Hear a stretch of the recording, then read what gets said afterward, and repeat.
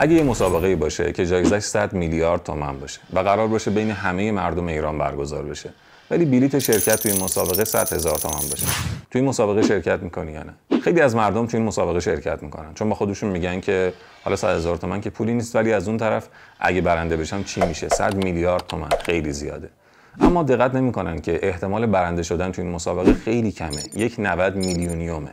این یکی از خطاهای شناختی مغز ماست که وقتی پای یه جایزه بزرگ وسط باشه، پای یه وعده بزرگ وسط باشه، انگار قدرت قضاوتش و قدرت تحلیلش از بین میره. واسه همینه که خیلی از آدمای باهوش فریب یک وعده بزرگ رو میخورن، فریب یک کلاهبرداری رو میخورن، در حالی که ممکنه شما بگید که چه جوری فریب همچین چیزی رو خورده. این که خیلی واضحه.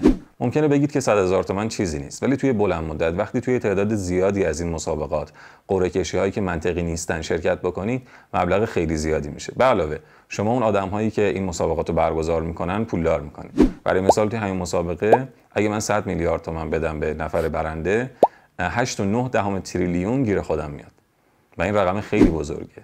و به علاوه شما توی بلند مدت حتما ضرر میکنید اگر مدام توی این مسابقه ها شرکت بکنید.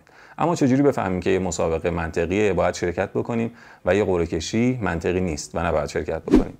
احتمال برنده شدنتون ضرب در مبلغی که ممکنه گیرتون بیاد، به علاوه احتمال باختنتون ضرب در مبلغی که دارید هزینه میکنید، یعنی مبلغی که از دست میدید. اگر حاصل این عبارت مثبت بود، توی مسابقه میتونید شرکت کنید.